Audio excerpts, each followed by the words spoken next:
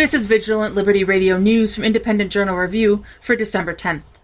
The man behind Obamacare, Jonathan Gruber, testified before the House Oversight and Government Reform Committee and apologized for comments he made concerning, quote, the stupidity of the American voter, helping Congress pass the health care law back in 2009. Gruber said his comments were, quote, insulting and mean.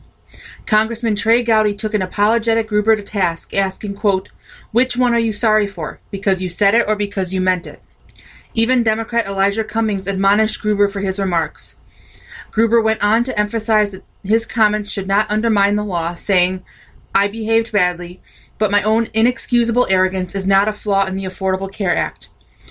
Gruber appeared before the committee after several videos featuring him referring to using the stupidity of the American voter to pass the law surfaced online. The current Congress is set to wrap up its business this Friday, the same day the current spending bill expires. According to IJ Review, a new spending bill is set for a vote, and it is a $1.14 trillion, quote, cromnibus bill, a mashup of continuing resolution and omnibus spending bills. Many watchdog organizations are watching the bill closely, and Nancy Pelosi warned Republicans that Democrats would not accept any destructive riders to the bill. Given that Senate Democrats will not have much influence in the next 2 years, we can expect a fight as this bill works its way through the House and Senate. Shirley Cornett, a 74-year-old pawn shop owner in Springdale, Arkansas, foiled a robbery attempt when she used her own gun to shoot one of two suspects in the arm on Tuesday. According to IJ Review, the police report says two suspects armed with semi-automatic pistols entered the store wearing hoodies, split up, and began to rob the facility. After being shot by Cornett, the suspects fled the store. One of the suspects, Marcus Gould, age 25, was later found at an area hospital. His alleged accomplice, 20-year-old Leon Robinson, was detained by police after he returned to the hospital to check on Gould. After obtaining a warrant, officers searched the suspect's vehicle and found the weapons used in the attempted robbery, as well as clothing, a duffel bag, and a stolen bracelet from the store. The Duke and Duchess of Cambridge paid their respects at the 9/11 memorial during their trip to New York. After leaving the museum Tuesday morning, they placed a bouquet of flowers at the Flight 93 memorial plaque with a note that read, quote, in sorrowful memory of those who died on the 11th September and in admiration of the courage shown to rebuild. A picture of the bouquet and note were posted to Instagram by the British consulate in New York. And former White House correspondent Ann Compton gave an interview in which she reveals witnessing President Obama going on a, quote, profanity-laced tirade against the White House press corps. Compton says, quote, I have seen in the last year Barack Obama really angry twice. Both were off-the-record times. One, a profanity-laced, where he thought the press was making too much of scandals that he did not think were scandals. Compton went on to call the Obama administration the most opaque she had covered in her 40 years as a journalist. This has been Amy Curtis with your Vigilant Liberty Radio News for December 10th.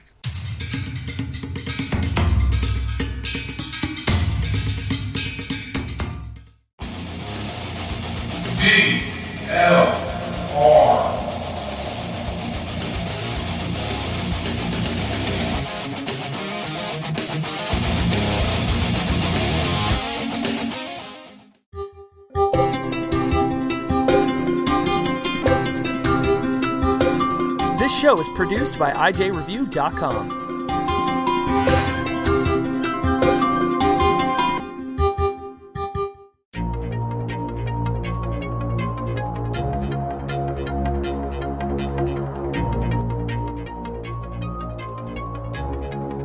This show is copyright by VLR Media. All opinions of panelists and guests are their own and may not reflect the opinion of VLR Media, the host, or anyone else.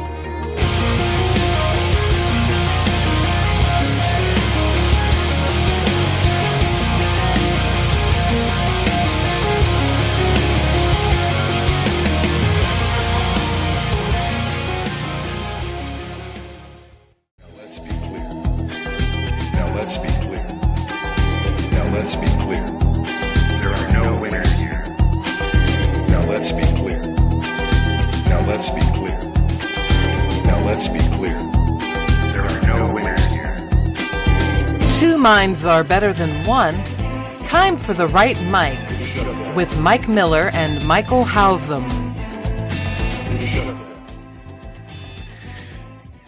Well, welcome to the show. This is the Right Mics with Mike Miller and Michael Hausum. It is a beautiful Wednesday.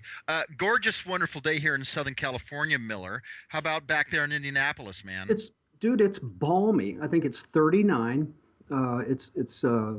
It's damp out, and yeah, dude, it's great.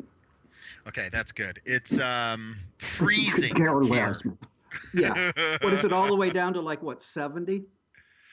No, it's below 70 now. It's like 64. It'll be 75 later, of course, par. Are you wrapped in a normal. blanket as we speak? You got your blankie? No, but I do have my UGG slippers on. I do.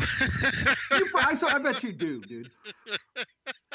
If I had a list of like 20 people I knew and then crap on the, like, you match somebody with something, Right? I think I'd nail that with you. Oh, Uggs. yeah, absolutely. Hausum and Uggs slippers. That's awesome. That's right. Well, let's move along from the weather. If you'd like to call in during the next 90 minutes, please do so. That number is 412-567-6879.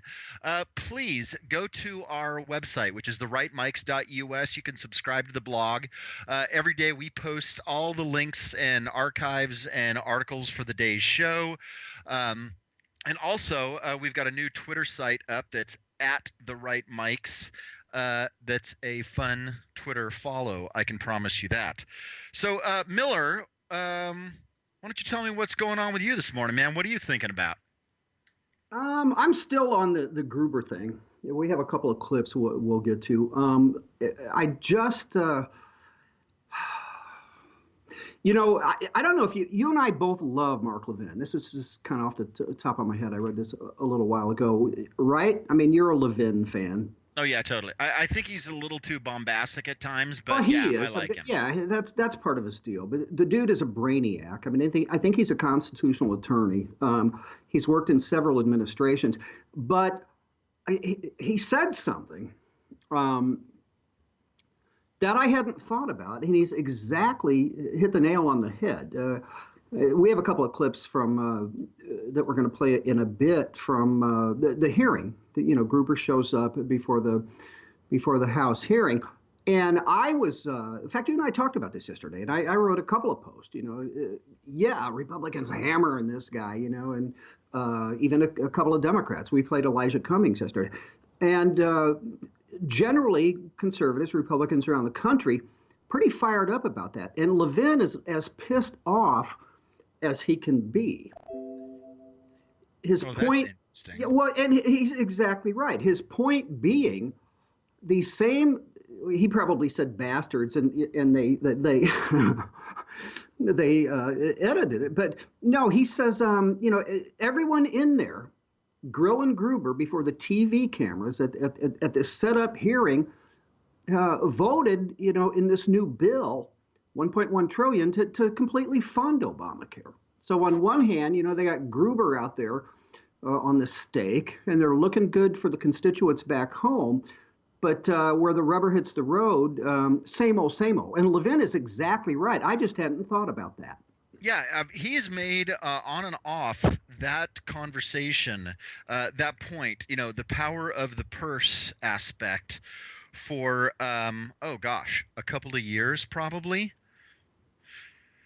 And here's the thing about it is, it's kind of too nuanced for me. I frankly don't really understand it. So even though that's the current law of the land, Congress can just decide not to put the money aside for it. I mean, isn't that already previously budgeted and previously voted upon? Yeah, it was, but I think the budget ends with the new Congress coming in. Oh, yeah, absolutely. In fact, I actually put up a story about that. Let's hit that now, and then we'll get back to Gowdy and Loomis and so forth. But yeah, that story is excellent, man. Okay, yeah, this thing just ticked me off, folks. And you can find the story at Unless Washington Gets $1 trillion cromnibus, an unnecessary part of it will shut down on ijreview.com. So here's the deal: is Friday the current Congress ends, And not only does this Congress end, obviously there's a bunch of people that are going home. However, the current continuing resolution, or whatever the financial shenanigan that funded the government, also ends on Friday. Right. So right now, they are discussing a slightly more than $1 trillion. They're calling it Cromnibus. Cromnibus being a combination of continuing resolution and an omnibus bill. But it's a $1 trillion funding package that okays all the various different money from all the various different things in the government. Right. And a couple things about it is, number one, this particular drop dead date has been known for approximately 11 months. And despite all the various different things that have been going on for the last 11 months, here we are with less than 2.5 days left, and everybody's running around. Is the government going to shut down? Are we going to have, what's going to happen? This and that. They do that nearly every cycle. Well, you know what? I don't know, Mike. I recorded an associated video to this thing and mentioned it. I looked into it. Guess how many government shutdowns there's been since 1976? You know what? I don't know. How many? Well, I had no idea. I mean, I remember October of last year, for 15 days, literally the world as we knew it ended. I know, and I know at least of a couple more, but how many in total since in that time frame? 17. See, there we go.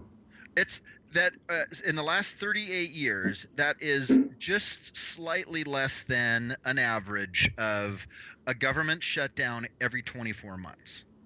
So here's the deal, man. I mean, you go back to this last one, right?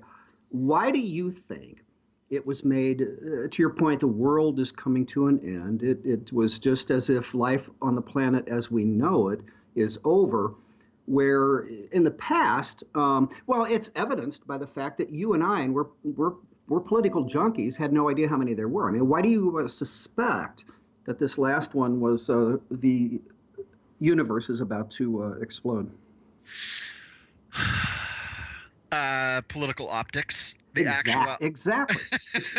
It's the polarization that's going on right now and the exploitation by the Democrats. I'm sorry, they blamed each other in both directions, and to be fair, I mean there was some fault on both sides. But I mean, the best illustration of what we just said is Obama rushing to close White House tours. And the most obscene thing he did was shut down the World War II memorial and not let those guys in 92, 93-year-old guys in wheelchairs in, who were there for the probably last opportunity in their lives to do it. It's the political polarization, and I believe that starts at 1600 Pennsylvania Avenue. Oh, absolutely. The thing that was the most upsetting / hilarious to me was that, oh gosh, I think it was in Virginia somewhere. There was a roadside, like a roadside stop where you could stop and look off to this national park, right? This view, and they had yellow cones to not. I remember the picture. Yes, because the upkeep just on an hourly basis on that thing is astronomical.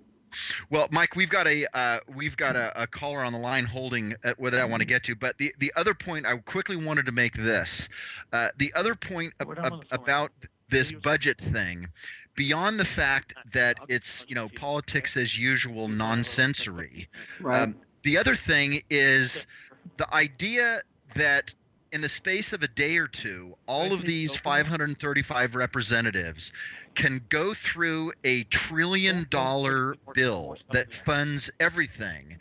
And the idea that it isn't laden with special interests and pork and nonsense and dipfeakery and payoffs and punishment. I mean, the whole thing is it's an insane way to run a government. Well, it's no question. And before we get away from your article here, I did a cursory review of a summary. I guess, you put those two together. That means I looked at it for 10 seconds this morning. But to Levin's point, Obamacare fully funded, now only through